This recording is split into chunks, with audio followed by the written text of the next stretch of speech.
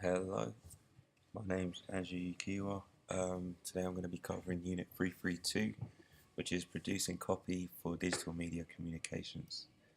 So first things first, I've created a brief which basically outlines the content that I'll be writing for my blog post and a Facebook post and tweets.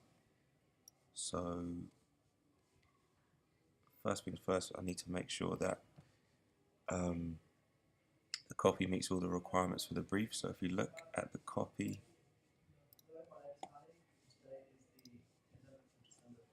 I can look at a little bit of copy there, calling all producers, list and beats. This fits the requirements, and I'll explain why in just a moment. But let's look at the copy on the blog.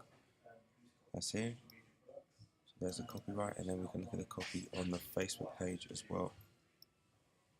There you go. Now, if we open the brief again, we can see how this actually does fit the requirements. For one, the blog post description is to promote a project, so it's more promotion language, like trying to sell something. And that's what I used. The font size on my blog was 21, and that was the correct font. I am targeting young people. I think that was quite clear with the use of like colloquial language. So I think that the content does fit the requirements of the brief that we have in front of us here.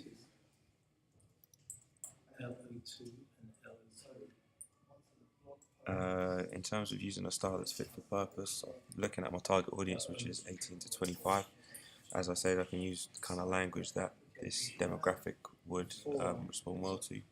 Also, using a style that's fit for purpose. When I'm on Twitter, GIFs and other images are very popular, so I decided to use one.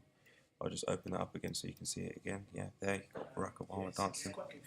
I mean, you know, it is humorous, so I'm sure it will draw some attention.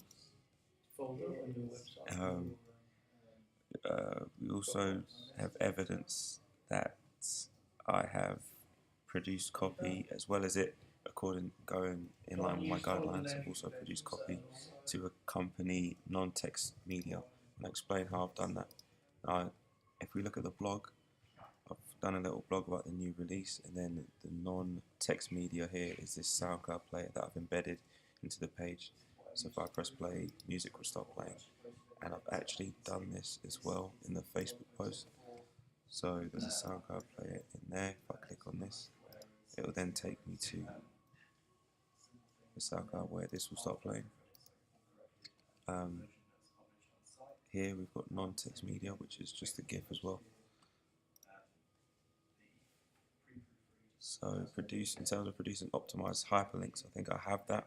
For every post, there's always a link, which wherever it's driving to. Here it's driving to my actual website, which goes there, and then on the blog post, it will drive to the SoundCloud page, just that, and on the Facebook, it will drive to both of those links. So there's two links in there, one to the SoundCloud and then one to the actual website. In terms of creating metadata for copy, we do that to improve sort of performance throughout the search engines. That's changing the meta description and title. I'll show where I've embedded that there. If we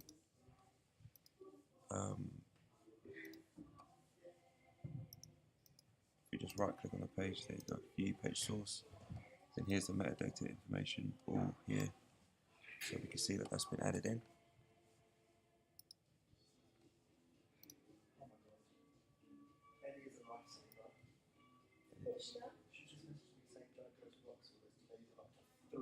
Right. In terms of 3.1, I'll be checking my copy for errors, and I've actually done that in a document. So I did a proofreading document before I posted any of those pieces of content. I had to make sure that I was proofreading them so there was no sort of mistakes, because if you have mistakes on published content, then it's just going to make your business or your enterprise look illegitimate, really. So everything kind of needs to be on point. So done the proofreading document for the blog post, for the tweet and the Facebook post. So you can see when I first wrote it, had a few little spelling mistakes and grammar mistakes, and then after the proofreading, all the grammar is correct and all the spelling is correct and the links work.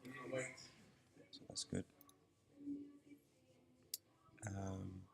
Also check the accuracy of the content in here, just making sure that it fits the brief and that everything makes sense, and then I can review the copy against any legal and ethical considerations. Basically, none of the content that I've published has been copyrighted. I've made sure that none of the language I've used is abusive or promotes anything of that kind of nature. So it's all within the legal requirements and guidelines. And that is Unit 332.